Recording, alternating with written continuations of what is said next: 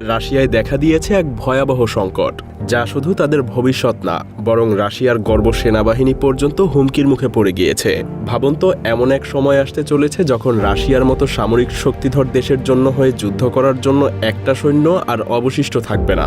কি ভয়াবহ পরিস্থিতি, তাই না? হ্যাঁ, তাদের জন্মহার এতটাই কমে গেছে যে ভবিষ্যতে দেশের জন্য নতুন করে সৈন্য তৈরি করাই হয়ে উঠেছে তৃতীয় বিশ্বযুদ্ধের চাইতেও রাশিয়ার জন্য বড় চ্যালেঞ্জ।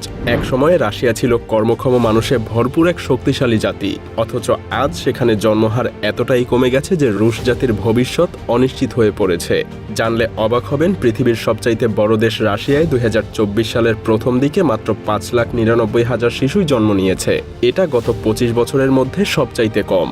অথচ 2022 সালে মাত্র এক বছরের মধ্যে দেশটার জনসংখ্যা কমেছে প্রায় 10 লক্ষ। কি ভয়াবহ চিত্র, তাই না?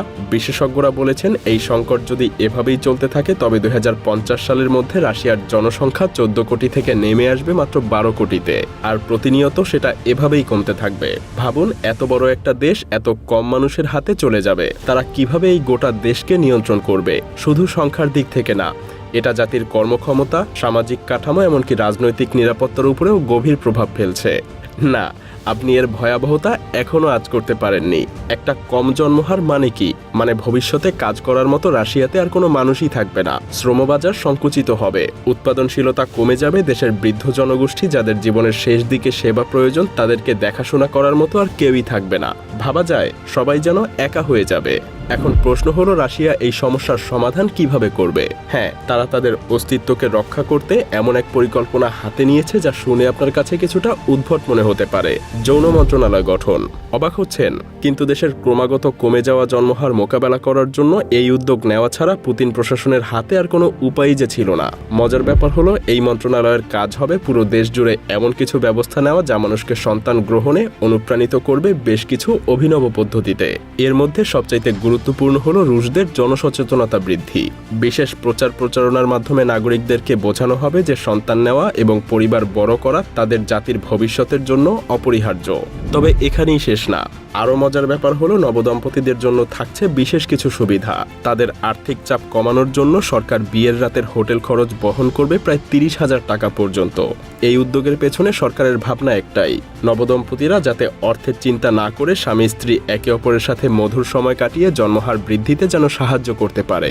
আরও একটা মজার এবং ব্যতিক্রমী পরিকল্পনা হলো, রাত 10টা থেকে 2টা পর্যন্ত ইন্টারনেট এবং লাইট বন্ধ রাখতে সবাইকেই অনুরোধ করে যাচ্ছে পুতিন প্রশাসন, যাতে করে এই সময়টা স্বামী স্ত্রী একে অপরের সাথে নির্বিঘ্নে সময় কাটাতে পারে। প্রযুক্তির কোনো বাধা থাকবে না। এই ঘনিষ্ঠ মুহূর্তগুলো স্বামী স্ত্রীর অতিরিক্ত শারীরিক সম্পর্কের ফলে কিছুটা হলেও তার জন্মহার বৃদ্ধিতে সাহায্য করবে। তবে দুঃখজনক হলেও সত্য, জন্মহার কমছে এই সমস্যা শুধু রাশিয়ার না, এটা এখন পুরো পৃথিবীর জন্য তৃতীয় বিশ্বযুদ্ধের থেকেও যেন বড় সমস্যা। পৃথিবীর অনেক দেশ যেখানে প্রযুক্তি এবং অর্থনীতিতে প্রতিনিয়ত এগিয়ে যাচ্ছে, কিন্তু তারা পিছিয়ে পড়ছে নিজেদের অস্তিত্বকেই টিকিয়ে রাখতে। যেমন একসময়ে যে দেশ উন্নতির রোল মডেল ছিল সেই জাপান এখন জন্মহারের দিক থেকে এক নতুন সমস্যার মুখোমুখি।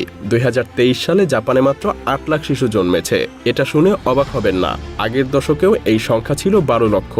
জন্মহার এভাবে কমতে থাকলে এমন দিনও আসতে পারে যখন জাপানের পুরো সমাজ কাঠামোই নিশ্চিহ্ন হয়ে যাবে। আর ইতালির অবস্থাও খুব একটা ভালো না।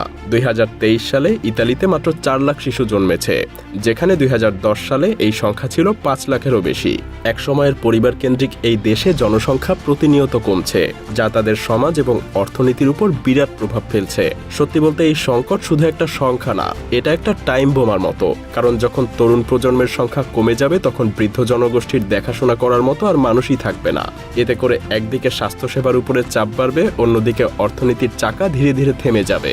তবে বিশ্বজুড়ে জনসংখ্যা কমার এই সংকট মোকাবেলায় রাশিয়া একাই লড়ছে না।